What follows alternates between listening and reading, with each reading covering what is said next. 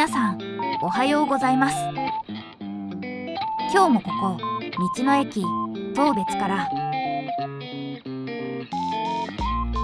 今日は札幌を出発して旭川方面へ北上。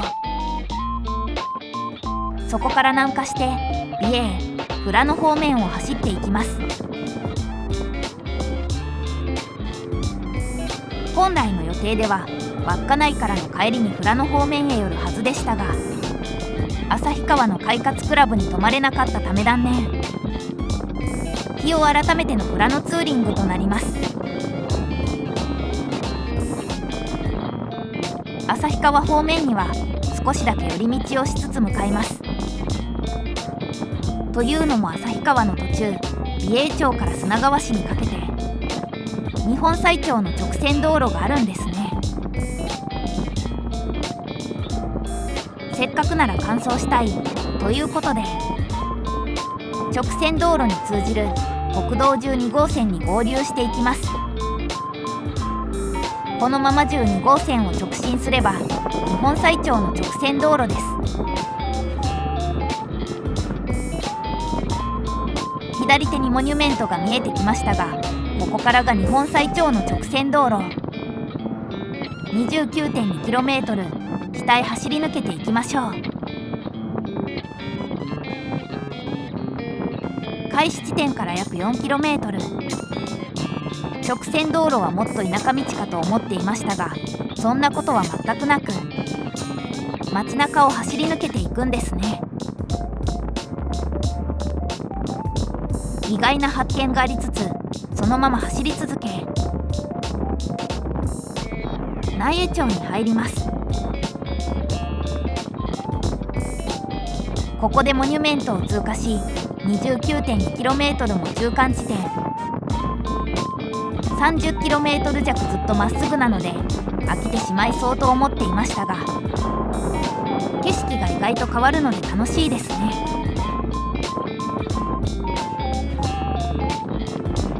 そして砂川市に途中給油を挟みつつ滝川市へ。いよいよ直線道路も終盤です。先の道がカーブしているということで、この辺りで直線道路は終了のようです。視点と違ってモニュメントも特にないので分かりづらいですね。なんだか締まりませんが、日本最長の直線道路完走です。そして30分ほど走り旭川市に。なんだか見覚えのあるトンネルですが、今日はこのまままっすぐ進みます。そして青看板に富良野の文字が。今回美瑛富良野をどう回るかですが、まずは左の看板にもあるパッチワークの道へ。その後はあらかじめ Google マップにピンを刺してあるので、行きたい場所のピンを見ながら決めていきます。ということで川を渡って美瑛町に入ります。ここを左折すればパッチワークの道。さてどんな景色でしょうか。これはあまりパッチワークには見えないですが、なかなか綺麗と思っていましたが、この辺りは少しパッチワークらしいかも。美瑛ならではの丘陵地帯が映えますね。走行しているうちに次の目的地が見えてきました。次はセブンスターの木です。かなり広い駐車場ですが、到着です。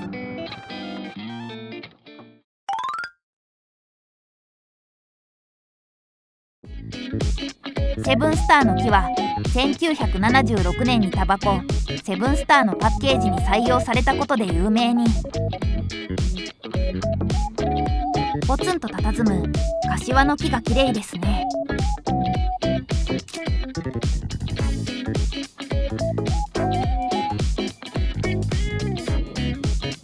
それではまだまだ回るところがあるので出発です。次は少し南へケント・メリーの木です。セブンスターの木は人が多くてゆっくりできなかったので空いていることを祈りつつパッチワークの道を進みます。5分ほどで見えてきたのがケント・メリーの木です。こちらも広めの駐車場。バイクを止めて散策します。昭和47年日産スカイラインの CM に登場した美瑛を象徴する風景の一つ。今ではなかなか見られないおしゃれな CM ですよね。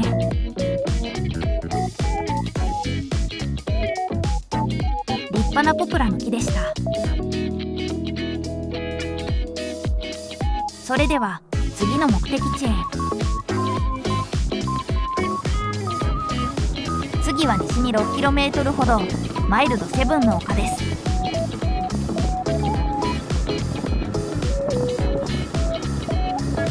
ということで到着。周囲を見た感じ駐車場はなさそう。当たり前ですがこの辺り一帯は農地。できるだけ邪魔にならないようにさっと眺めて戻ることにします。小さい頃家にあった美瑛の絵はがきをよく眺めていたのですがその写真ではもう少しポプラが並んでいたような。画角の問題かもしれませんし伐採されたのかもしれませんね。マナーは守って観光したいところです。駆け足でしたがマイルドセブンの丘を楽しんだところで次は少し南へクリスマスツリーの木です。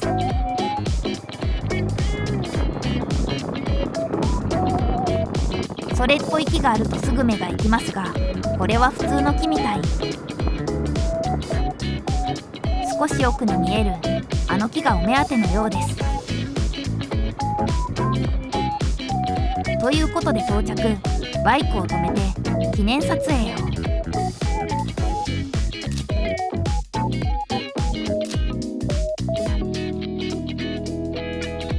冬に来ればよりクリスマスツリーに見えるかも。邪魔にならないようにすぐ出発です。流れるようにいろいろな木を見ていきましたが次は3階の丘展望公園で一旦休憩です。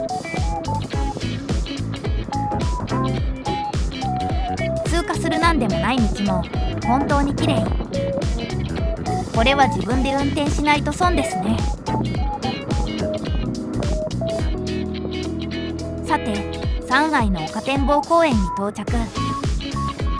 ここで一旦休憩です。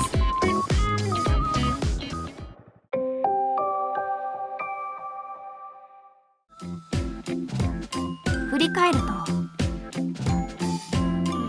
駐車場からの眺めもいいですね。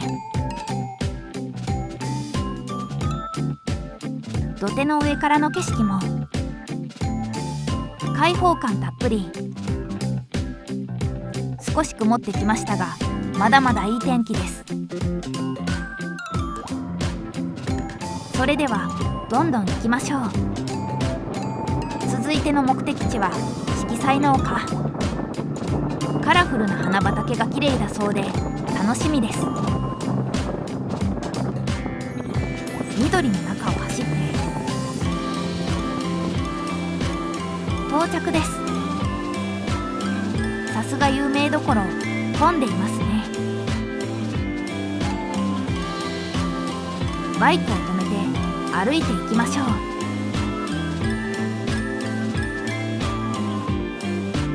ということでチケットを買って園内へ。左手には早速ラベンダーがお出迎え。期は過ぎたと思っていたので見られてよかった。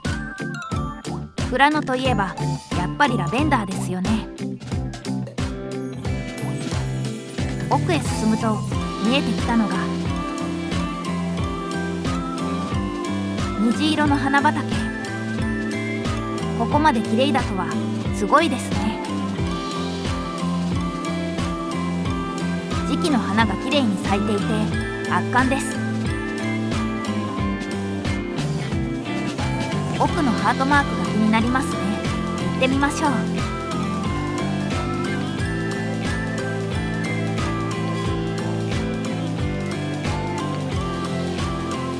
近づいてみるとかなり大きい。園内はかなり広いのでトラクターバスに乗った方が優雅に見れたかも。歩きながらゆっくり見れたのでこれはこれでよしとしましょう。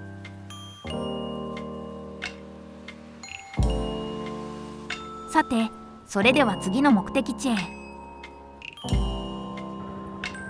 続いて向かうのはジェットコースターの道です。もう少し見ていたかったですが、まだまだ行きたいところがあるのでのんびりしていられません。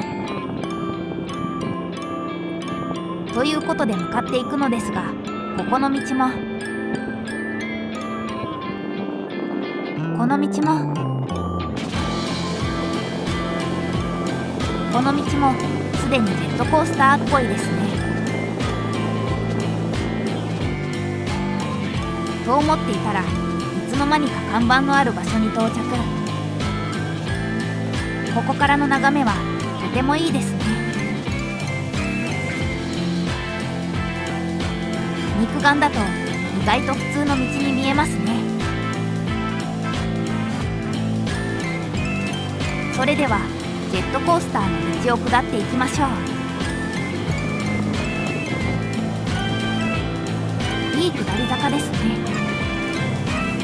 バイクでも気持ちいいですが、自転車で下ったらもっと気持ちよさそうです。下り坂も終盤となったところで次の進路は十勝岳方面。白金青い池です。マックの壁紙にもなったことのある青い池ですが、ちょっとバイクを走らせれば有名な観光地がそこら中にある。富良野美瑛はすごいですね。さあ走り続けて山の中へ。左折して。青い池の駐車場に到着なのですが、有料なんですね。バイクは100円なのですが、それ以上にしっかり観光地化されていてちょっと予想外。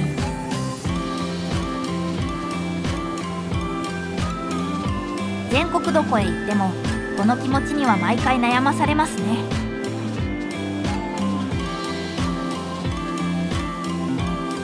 ですが気持ちを切り替えて青い池を見に行きましょう。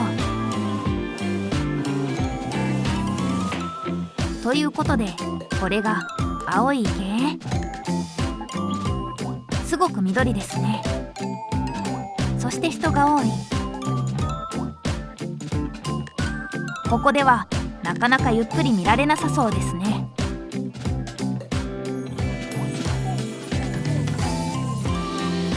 この青い池は十勝岳の防災工事の際、堰堤に溜まった水が青い色をたたえたそうなのですが、昨日までの雨と今日の天気で青くは見えないですね。残念ですがこればかりは運なのでどうしようもない。悔しいですが次へ向かうことにしましょう。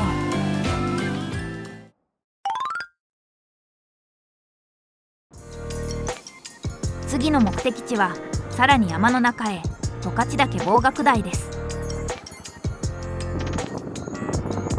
ナビに従ってどんどんと山奥へ。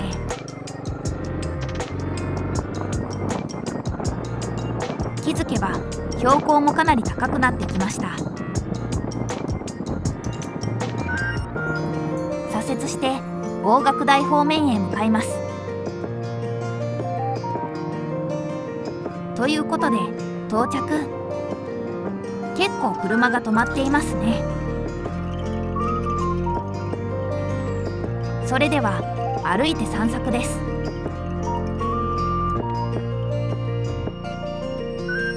一歩山に入るだけで景色が一変。足元には石が転がり、荒涼とした景色が広がります。ライディングブーツだと少し歩きにくいですが、気をつけて進んでいきます。すでに自然の大きさを感じ始めていますが、もう少し先へ。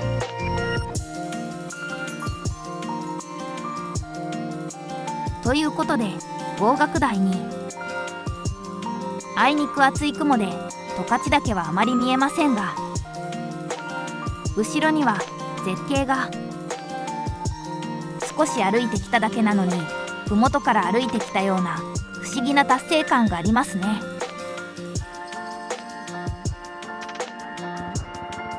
以上、十勝岳望岳台でした。あの景色を見たら登りたくなってしまいます。車が多く止まっている理由が分かりました。少し他の観光地とは離れていましたが、来た甲斐がありましたね。登山の魅力が少しだけ分かったところで先に進みましょう。日が出ているうちに帰りたいところですが、帰り道で上富良野八景を少しだけ拾っていきます。次の目的地は朝日の山彦高地です。ナビによるともうすぐ到着なのですが、この先に果たしてあるのか。何かありそうには思えない畑道に進んでいきます。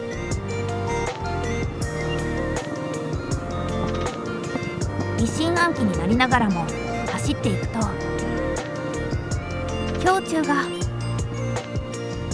ここはかなりの穴場ですね。バイクを降りると、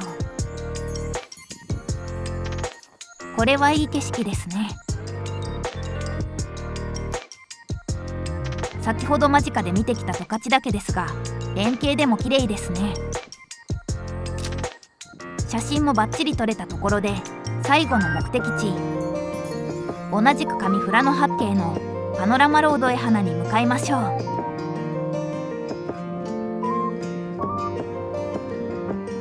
人が少なくゆっくり景色を見れるここはとても良かったですね。それではパノラマロードへ花までカット。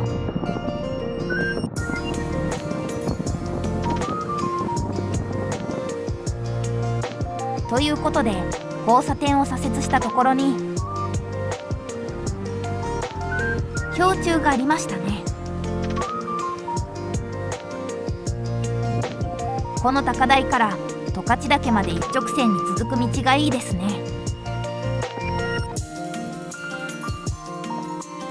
ここは駐車場はないので速攻で退散。いつか上富良野八景をすべて回りたいと思いつつ帰路につきます。今日は行きたいところがたくさんあったので欲張ってしまい、昼も食べずに走り続けましたが、主要なところは回れたのではないでしょうか。今度来るときはゆっくり見れる早朝から走りたいですね。ということで走っていき、芦別市、三笠市、そしてギリギリ日が沈みきる前になんとか道の駅当別へ。今回はここまで。また次回の動画でお会いしましょう。次回は北海道ツーリング最終回ウポポイ帰宅編です。お楽しみに。それではさようなら。